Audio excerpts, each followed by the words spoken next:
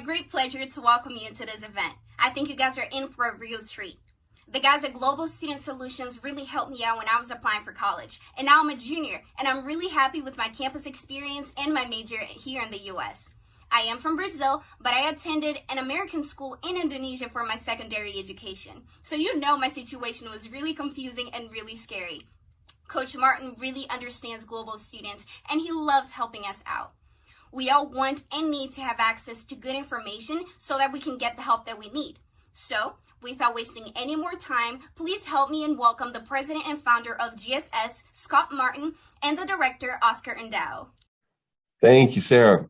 What a treat to see her and to get to see how well she's doing in college and in life. She's an amazing young lady. And I'm looking forward to working with you too and having the same kind of collegial relationship. We'd love to track our students after they go through our program and to see how you're doing. And of course, many become friends and colleagues. So as Sarah mentioned, I'm the president of GSS, and I founded GSS 15 years ago, really to meet the needs of students at more colleges and help students prepare who weren't in college yet, to help them prepare to have that great college experience. I had been observing during my 10 years as a college administrator, been observing the experience that students were having and spent hours and hours and hours and hours and hours with students exploring what it took for them to be successful in getting into school, and then what it took for them to be successful while they were there. And that's the kind of experience that we want to pass on to as many students as we can every year to improve the opportunities, give students access, and to make it more seamless and less painful, to really build on the experience of other students, to have a great experience for each successive generation. My 10 years at the university were great, but I felt like I needed to do more. And in preparing some curriculum, found myself in Indonesia and an opportunity with a high school son for him to be able to attend an international school like many of you are attending, and I couldn't pass it up. And so I spent 7 years as a guidance counselor and a high school principal in Indonesia at an American school. And so now I have my experience growing up in Kenya, the experience working with students at university, then the experience of being a parent and going through the process again with my own son and with my own students there at the high school. And now have the opportunity to pass that information on to you, and that's really exciting. And I'm excited to have a partner in my operation, and that's Oscar. Oscar, tell us a little bit about yourself. Thank you, Scott, and I'm excited for you guys to be on here with this seminar. My name is Oscar Endao, as Scott mentioned. I'm Director of Operations for GSS, and I grew up in Zambia, born and raised, and attended school here in the US, where I actually met Scott. And I work closely with the International Students Association on our campus, and that birthed a passion in me to help other students who are coming in based on just my experience and what I went through to help them be successful in that search. And so here we are, GSS, offering the same services. We're still as passionate about helping international students who are wanting to study find the right college and thrive. And so we hope you enjoy today's seminar. We're excited for you to be here once again. Part of our topics today, as the seminar is titled Studying the US, we're going to look at why studying the US at all. And part of that, as we look into that, we're going to look at college readiness. Are you ready to be in college? Are you doing the right search? Are you looking in the right places? Once you find the right choice, how is your application? How are you going about applying? And then paying for it. So we're going to look at finances. What are your options? Immigration, coming to the US, you need to get a visa. We're going to talk a little bit more about that. And finally, how you to be successful in college. And so, Scott, please take it away. Thanks, Oscar. Our philosophy is really simple. It's to take our knowledge and experience and pass that on to improve the experience of global students in higher education. We think our higher education is extremely valuable. That's why it's so expensive. It makes a big difference in people's lives. And if you can't fully realize it, you don't get the full benefit. And so that breaks my heart. That's the thing that I can't stand. And so that gets me up every morning to say, okay, how can I help as many students as possible prepare the best way possible? How do we help students get in where they want to get in?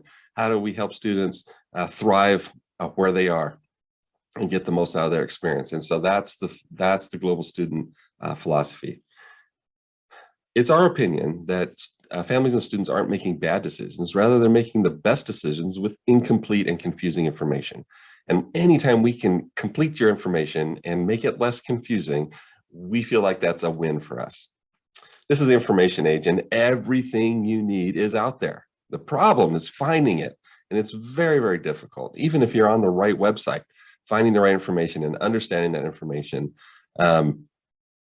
is very difficult. And if you've already struggled with that, you know this to be true. If you haven't struggled with that, you will.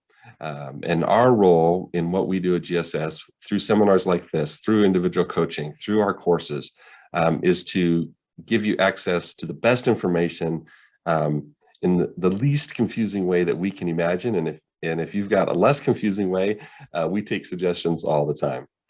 Oscar, tell us what they can expect from today.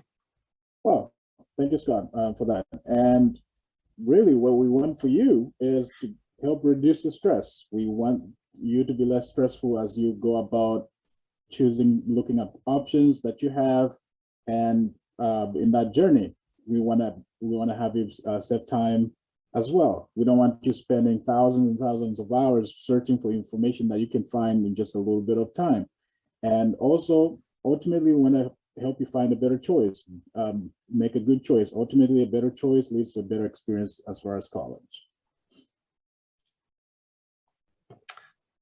So why America? There's a million students, literally a million students studying in the US right now, and international students, global students coming from outside the US to study. And so there's probably a million different reasons why students come, but we've identified, and there's been some great research on this, and we've collected that research and identified that the main reasons that students study in the U.S. One is academic excellence. Obviously, students and families want to get the best value for their money and to get the best education possible, and so that's why you've paid for private education. That's why you've done extra lessons and done all those things. You want academic excellence. And among the top universities in the world, the top, if you look at the top 20, probably 14, 15 of those are in the United States. When you look at the thousands of schools, the top 80% are in the US. So there are literally 4,000 really good, academically excellent institutions. And part of that, and a large part, is because of the philosophy of American education. It's not the best for everyone, but it is a very good model for most, because it looks at individual talents, individual abilities, and helps to develop those. The British system, for example, takes and identifies the strongest person in a particular interest area and gives them specific tools to help them prepare. That's great if you're that person, but if you're not in that elite 1%, then can you be a doctor? Can you be an engineer? And the American model pushed out the idea that everybody can do what they feel they should do. And so that model, and that's really transitioned the model. A lot of colleges around the world now have shifted to that model, but American colleges had it first. So that's one of the reasons that as students were looking at educational opportunities in families, that million plus that are here now, that's one of the things that they identified. The second thing was cultural diversity. If I'm in Indonesia and I attend an Indonesian college, I'm likely to be there with mostly Indonesian students, right? And there's nothing wrong with that. In fact, for me as an American, that might be of great value. But if you're looking to be a citizen of the world and looking to build your life interconnected with others of the outside the world, outside countries, then America is a place where 1 million people have gathered. 1 million global students have gathered right now to prepare for life. And so you can be a part of that by joining in that diversity. In addition, the United States is a diverse culture. It has a lot of ethnic diversity. It's been a place where people have immigrated to for many, many years. And so that diversity is represented in the schools of higher education, some more than others. And so that's part of what we look for when we're studying schools. That's a great value. And if you want that, this is a great place to get it. American schools, by law, are required to have support for their students. So if you're a student coming from outside the United States to the United States, US law requires that that school, in order to give you a visa, is going to have somebody there to give you some support. Culturally, it's built into the universities. And again, some schools are better than others, but certainly that's something that as people are looking at maybe traveling to a new country, US gets lifted up a little bit in that, knowing that there's going to be somebody supporting you. Then, of course, career opportunities, right? For many of you, for many of us, we're looking at the opportunities where we can make a difference in the world. And we know that if this huge number of people in the world are studying in one place, that might be a good place to boost our career. And so the opportunities to study and then work for a short time in the US, get experience at American companies, bolsters our opportunities and maybe opens up the door for us where we work, for companies to say, hey, we'd love to have somebody on our staff who studied abroad, who has other experiences. And then finally, the unique campus experience. And this is very much true for American schools, that there's the belief that in American schools that your college experience is much more than just your academic preparation, that there's more to life, more to becoming a good citizen of the world, of your community. And in the schools in the United States have been focused on that for literally hundreds of years. And so that's, again, one of those unique characteristics, and one of the reasons that this 1.0175 million students are currently studying in the US.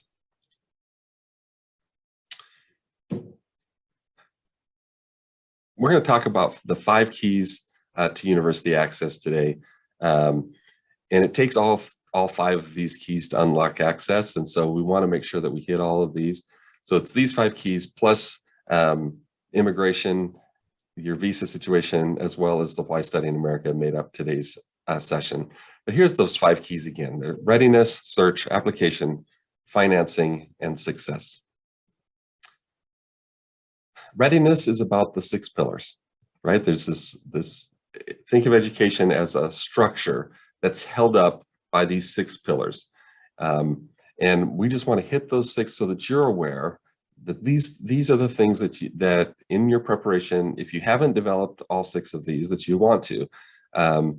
And if you have, then good for you. And we want to highlight all 6 of these when you're doing your application. So grades or your academic transcript is kind of an obvious one. That's, for some people, all they think about. And it certainly is important. And from 8th, certainly 9th grade, or the final 4 years of your education, secondary education, are the most important in terms of building your academic record. If you're younger than that, the importance of getting good grades, quote unquote, is building the habits necessary to be successful academically. Universities need you to demonstrate that, and the grades, your academic transcript, is how you do that. Test scores or your exams. You've heard about the SAT or the ACT. These are standard exams that you take for college entrance. Years ago, each college had their own exam, and we may move back to that again. But at the moment, there are these collective exams that you can take that give the school an idea of what your ability is, your academic ability. And you certainly can study for those and prepare for those to some degree, but the best preparation for standardized exams is to learn as much as you can in your regular classes. And so that's how we encourage students to be successful. So now you've got 2 pillars: your grades and your test scores. And then a 3rd pillar is your activity record or your impact. These are the things that you've done that are not reflected in your grades. So this is sports involvement, drama, music. They may be things that you've done specifically for school, or they may be things that you've done outside of that And in presenting yourself, this is a well-rounded person. And for American schools, this is really important. This is what they're looking for. I want to see how you've impacted your community. Cultural competency. This is the citizenship side of things, and certainly globally, and universities are looking for it in terms of global cultural competency.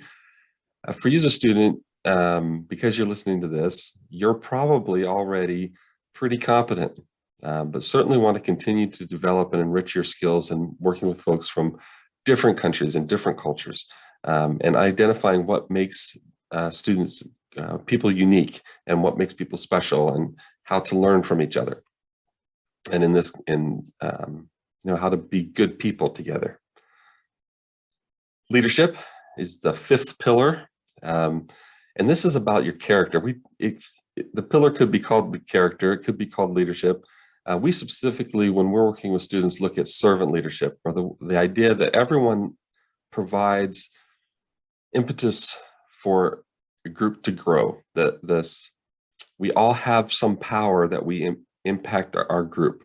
And that's called servant leadership, this idea that by my sacrifice, by my efforts, we all can do better.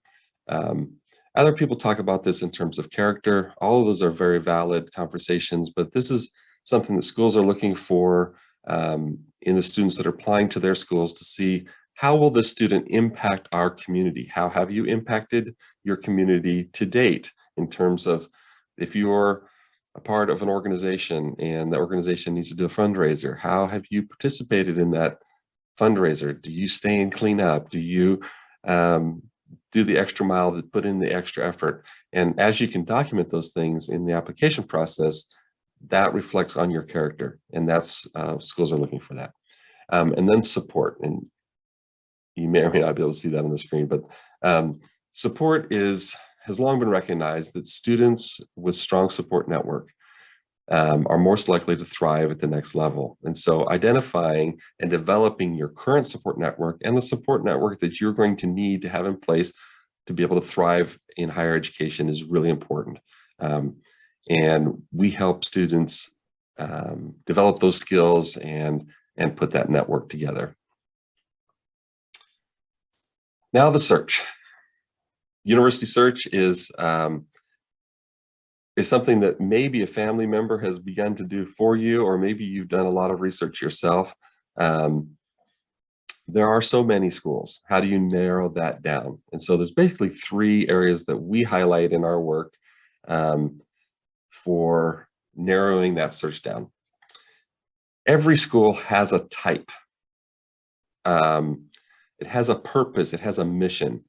And if you know what the types are, and you can identify by some quick research what the purpose and mission of that school is, you can very quickly include it or exclude it from your search. So if you think of all these schools out there, and then you don't want this kind, now you only have these schools. And then you also don't want these kinds, so now you only have these schools. That is a helpful idea in terms of narrowing it down. Location can help you narrow it down. And the characteristics of location may be physical, and they may have to do with your support network. They may have to do with culturally, what kind of environment is it in? So, for some people, they need to be within 50 miles of New York City because they have 3 relatives who live there who are a big part of their support network. So they want to be able to visit them on holidays and breaks. For other students, they may need to be in a big city. Their career that they're looking for is big city oriented, and they need to be in a big city, but it doesn't matter which big city. For others, they just want to study. They want to focus, and they don't need any distractions. They don't have the money to go to shows and to go out to eat all the time. So being in a place that's a little bit isolated, but it is a very good environment for doing well academically can be really important. And so again, those are ways that you can eliminate and identify by location. And then a third, of course, is program, to making sure that you're only looking at schools that offer what you want to study. If you don't want to study, they offer the fields that you might be interested in. And so the program, and whether or not the school offers that program, is a third way that we can narrow it down.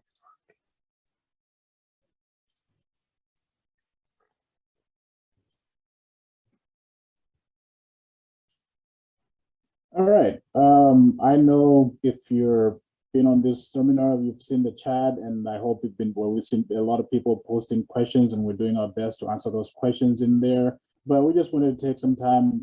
There might be some frequently asked questions about studying in America that we may not either have covered or you still have some questions about. And so we want to take this time to answer some of those questions. So, but I guess, if I'm a student out there, I'm wondering, is there, what's the difference? I keep hearing college and university out here. What's the difference there? That's a great question, Oscar, and shame on me for not including that in the presentation, because it's a really important question. The two words don't mean exactly the same thing, and when we talk about it and talk about admissions, we're talking about the same entity. We're talking about post high school, post secondary education in America, it's in the form of college or university, and they're the same in the sense that that's your next degree. It's the next 4 years.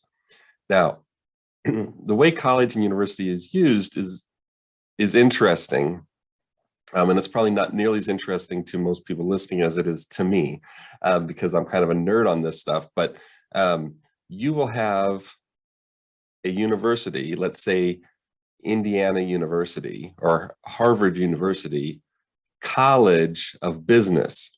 So that's a subcategory of, it's their school of business or their college of business. So it sometimes denotes a special grouping of classes.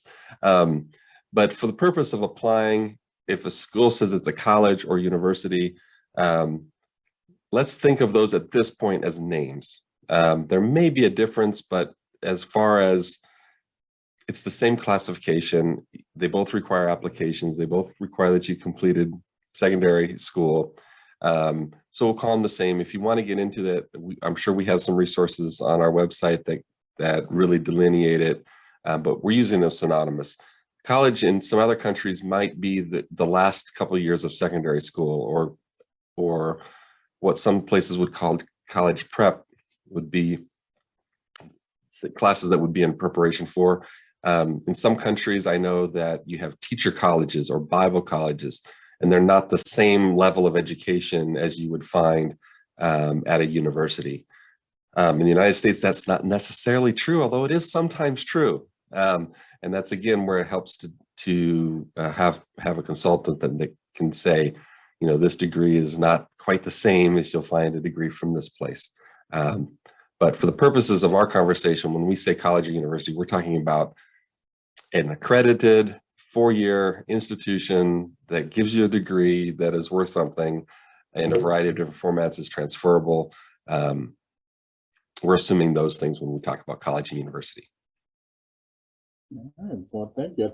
I hope that helps clear it up. And in talking about degrees, is there any differences between, what types of degrees are available out there for in the U.S.?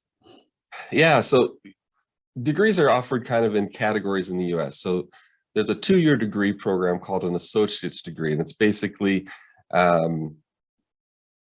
it's more than introduction. It's completion of a set of study, but it's not at the same level as a bachelor's degree. So you have an associate's degree, which is typically 2 years, a bachelor's degree, which is typically 4 to 5. Bachelor can be a Bachelor of Science or Bachelor of Arts. A Bachelor of Arts is nothing to do with painting or music. It has to do with the class of courses. So a Bachelor of Arts tends to be a broad degree, and a Bachelor of Science tends to be more specific to a specific field, nursing, engineering. But you can have a Bachelor of Arts degree in engineering. It's just a different way that classes are organized. And then master's degree is the it's also called a postgraduate degree. So once you've graduated with a bachelor's in something, either Bachelor of Science or Bachelor of Arts, then you would be qualified to pursue a master's. That's anywhere from 8 months to 5 years to require your master's degree. And then you would go on to a doctorate degree, which is the terminal level of study for a particular discipline. And that can, again, take a variety of number of years, but they give you a basic idea, kind of the progression. So you'd start with your secondary or high school diploma, then you'd have an associate's degree, bachelor's degree, master's, and doctorate.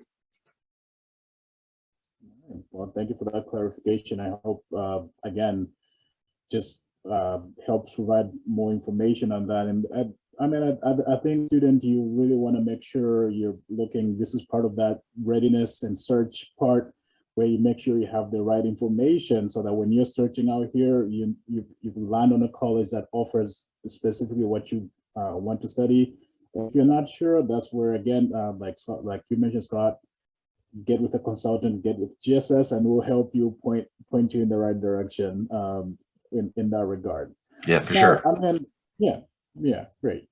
Now I know we cannot use 2022. For the last couple of years, we've been living in a pandemic, and some things have shut down. We've seen hybrids of certain classes being offered just online and some in person. And this, I mean, right now things are starting to normalize, but it's still, and I know as a college student, as an international student, in fact, when that happens, I know that can create confusion. So if, for example, I'm only attending online classes and I'm applying to a school that provides distance education, do I need to look into immigration, part of it coming to the US, or is this not part of it? And what does that look like? Is the US still admitting students to come into the US to study in person at this moment? And should I be looking into that, or should I just put that on hold?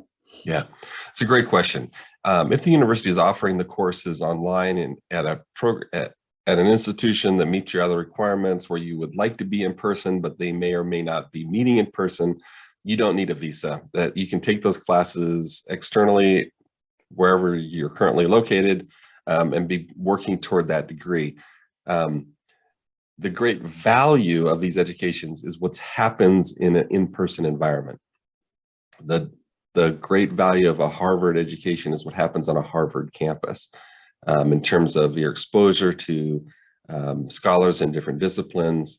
And so an in-person degree and an online degree have the same academic components, but differ in terms of what the class can offer, and in terms of what the learning can offer. And so once the opportunity is available to do it in person, I highly recommend the in-person version.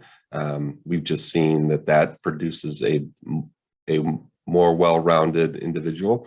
If you're super round already, like my head, if you're already a really well-rounded person and you feel like you have those components, the additional growth has already happened, maybe you already have another degree, online might be a great way to get a second degree. The question as to whether to be looking at studying the US right now, I would say if US was ever on your list, it can be back on your list. I think already I'm expecting full enrollment in the fall of this year for international students to be able to travel. There will probably be some countries that are still in the midst of a pandemic that may or may not be able to travel at that time. But at that point, your admission is going to be deferred. And so there's no harm in having that admission and being able to pursue it later. And you might, like Oscar said, you might be able to go ahead and start the classes online, be making progress towards your program, but doing it from home. But I think, yeah, we've already seen students even this school year already in place in the US.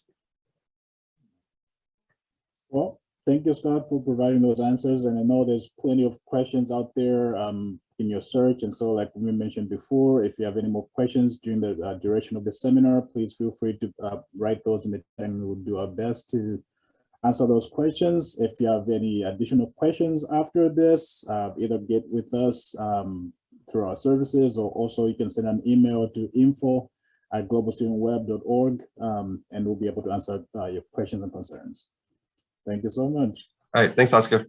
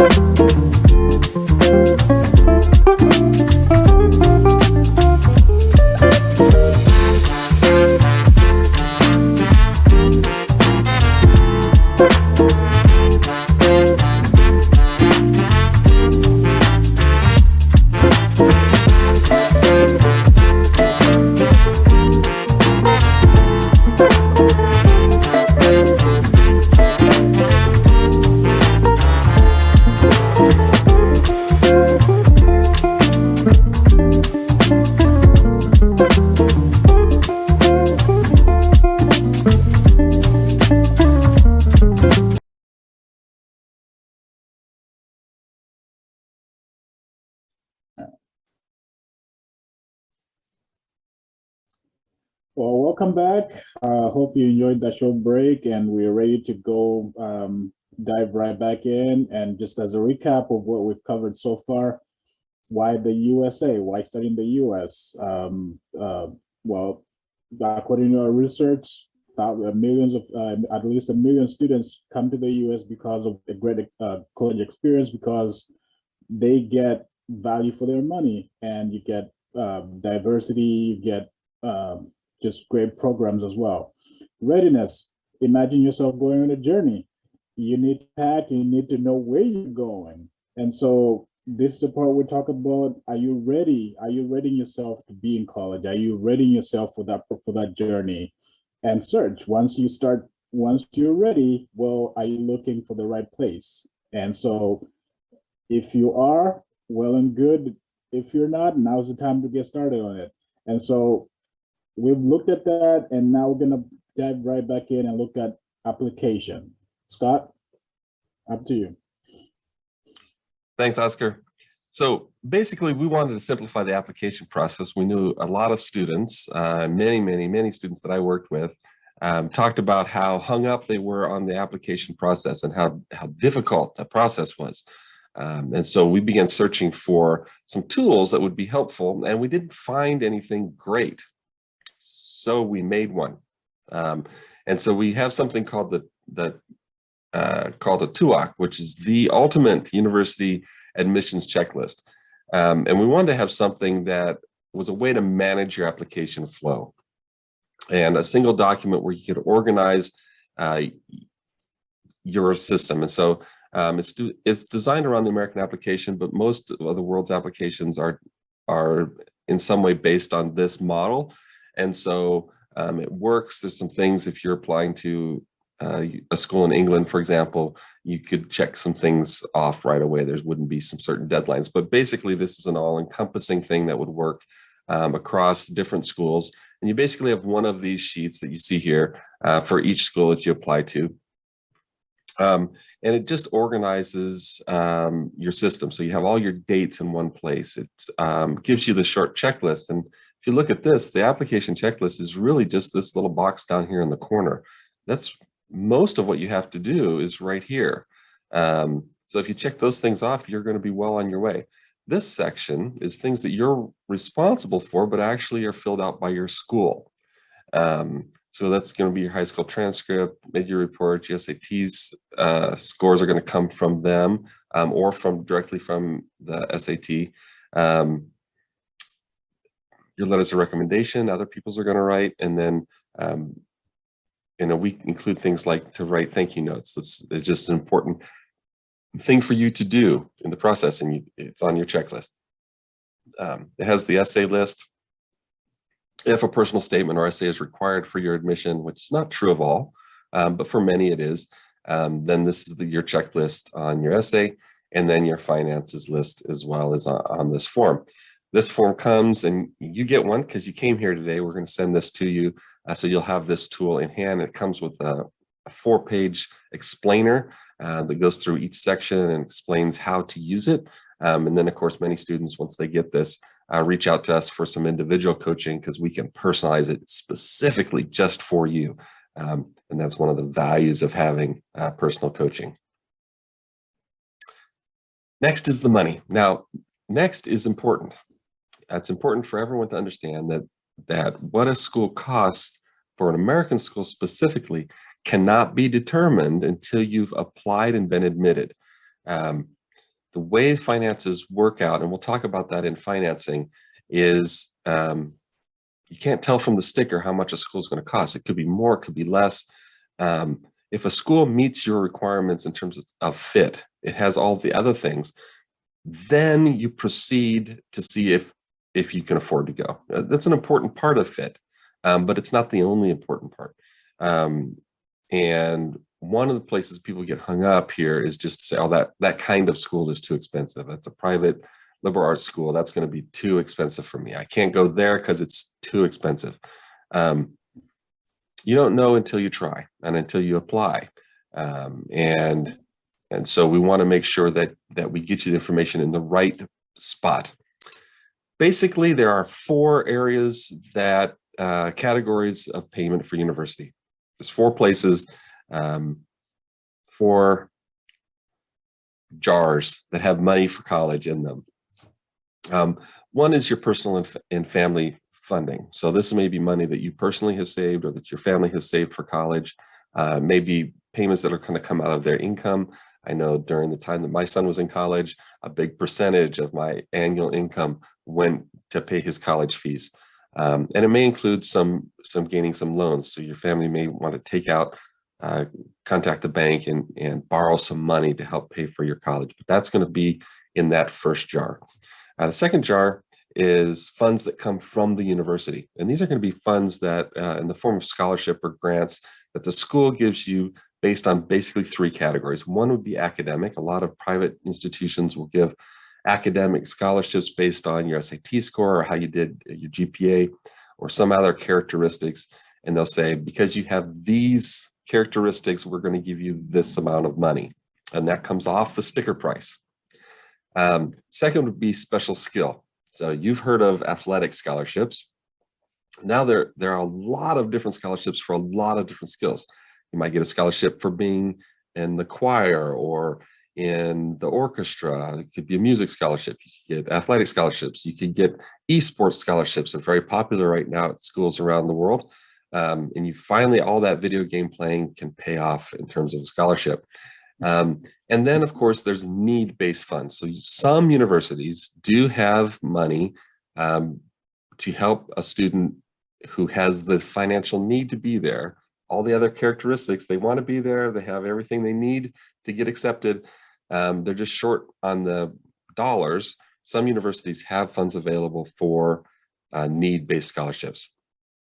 The third jar is grant and scholarships that come from outside the university. So these are other grants and scholarships. These may come from, these will require a separate application, and they'll come from companies, organizations, niche groups. So you might find there's a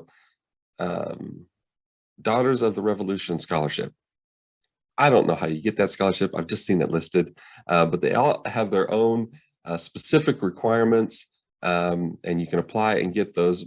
Piecing together additional outside scholarships, there are literally billions of dollars sitting there waiting for someone to apply and get them.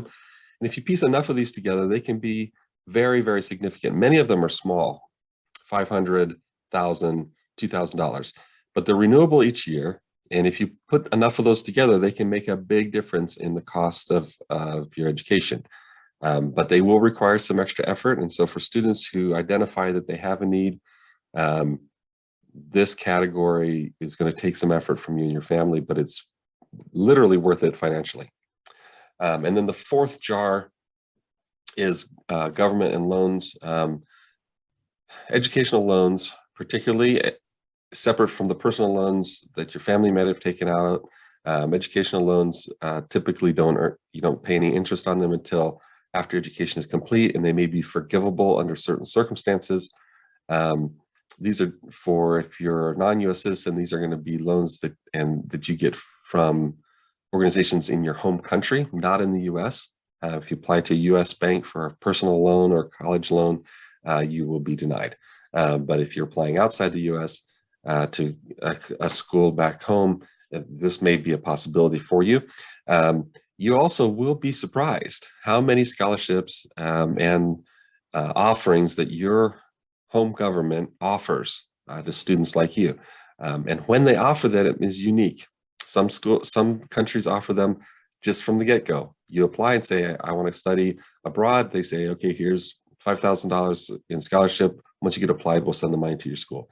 Others will not take your application until you've been admitted somewhere. So you've been admitted, then you submit that school's information and your information to the application and can get those funds. Those typically, again, are renewable each year for the 4 years. That's something you can check on today. Go on the website, do some searching around. If you struggle, that's something we can help, may be able to help you find and do some research for you. Have some of our folks do some research and see if there's any scholarships available for students in your country. And those are the big jars, the big pools of money. Now let's talk about the visa. And again, order makes a difference. When I worked at the university, I would get introductory emails from people saying, "Hi, my name is so-and-so, and I need a visa to go to your school." It's the first time I've ever heard of that student. And I can't get you, first of all, I can't get you a visa. That's not what a school does. And secondly, you can't get a visa until you've been admitted to school. And so we want to get you the information you need in the right order. And the order is this, and these are the 4 categories. So if you're going to need a visa, and if you're not a US citizen, you're going to need a visa to study in the US, then the first thing you need to do is be admitted to an American school that can offer visas. And so you can very quickly identify whether or not a school is going to qualify. And once you've been admitted to them, the school will process your I-20. That's the document that the school is going to produce. You'll have to have made a deposit to the school usually in order for them to process your I-20. You'll have completed a financial aid application to verify that you have the funds from various different sources and so on. They'll process your I-20, and then that will now be in your possession, and you can now proceed to get an appointment for visa processing. Now, each country now differs a little bit, but at every country, you're going to need an appointment. Some of the countries, in getting the appointment, you'll pay a fee for an appointment, an application fee for your US visa. You may need to verify finances at this point, or you may need to verify them once you get to the embassy or consulate. But at some point, you're going to need to process be in front of someone, either physically or virtually, to process your visa and to get you a student visa. So those are basically your 4 steps. And now that you know that, you are an expert in immigration and can answer all your friends' questions, right? Now, we are nearing the end, and this gets to the point of why we do what we do. We want to see students thrive, and to thrive at university requires several things, but one of those things is needs to meet your expectations. If you have solid expectations going in, realistic expectations, then those can be met, and then that leads to your thriving. It's not enough simply to be admitted and then show up. It's not enough to study hard. There's some very specific things that you can do to get the most out of your experience in college, and that we want to be a part of that as well. And something that I've even written a book about. So college thriving is really important for us and for you, and we want to see that happen. And that's the big broad strokes. Oscar, tell us a little bit about some of the other resources that are available to students and where they come from. Thank you. Now that you've had this information, there's additional resources for you. You can find online to help you on this journey. And one of the best ones and free ones is College Board. It, like I mentioned, is free, and you might have to sign up and create an account there, but you find great resources in your application process. Other online resources will include schools, either where you are right now or the school that you're applying to. They will have information that you need. Feel free to reach out to a counselor, admissions counselor, guidance counselor, and they'll provide information that you may need. Another resource is Access Coaching, which is where GSS falls. We provide that access coaching. So either Coach Martin or myself or other staff will provide coaching services for you, also known as college admissions consultants or advisors. Now, there's thousands of them, most likely, because we cannot serve all students out there, but we do our part.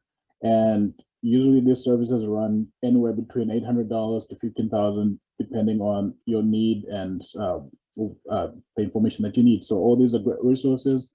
Feel free to check them out. And like I say, GSS is here if you having trouble navigating this journey right now. We're here to help ease the stress and help make this this process simpler. Yeah, Oscar, I was going to say we didn't include this on the slide, but for students and families who follow us on social media, we continue to push out new good information, sometimes every week, certainly every month. We have new content out there, and we do seminars like this. Sometimes they're free, sometimes they're a small fee. So the students can have access to good information as we go along. And I also wanted to say regarding the paying for coaching services, whether it's us or other people, this is money really well spent. And you think $15,000 seems like a crazy amount, and you'd be very hard put to spend that much with us. That's not how we price ourselves. But there are some specialist coaches out there that charge, up to $15,000. And to be honest, some of them are very much worth it, because if you go through the process with a coach, they're going to save you a lot of time and a lot of effort, and may get you access to scholarships and grants that you never knew that were possible. So spending a little bit of money with a coach can pay off huge, just literally, in finances, but also in terms of time and access. Without the coaching services and without that insider information, and certain admission to certain schools can be very, very difficult, if not impossible. And so it's a great value spent. It'll save you. Again, you can get all this information, but if you don't have hundreds of hours a week to spend on it, it can be hard. Oscar, this is the most common ways people reach out to us. WhatsApp, once you get us on there, that's a great way to hit us up with a quick message. And then, Absolutely. Yeah. And you can send out an email if you have any questions, info@globalstudentweb.org, or you'll find more contact information on our website, like we mentioned before, the globalstudentsolutions.com. And you'll find both our contact information if you need to reach out, or if you need to set up coaching services, if you need coaching services, if you need more information about our services and our events coming up, all that information is available on our website. So feel free to reach out. Social media, like and share, subscribe, and share with your friends. You never know who might have a need for this service that we're offering. That's it. Thank you so much. We so appreciate you spending the afternoon with us, the morning, or whatever time it is where you are. It's been well worth our effort, and we certainly hope that this is just the beginning of getting to know you and you getting to know us as you embark on what we believe is a really important time in your life. We're glad to be along for the journey. Thank you.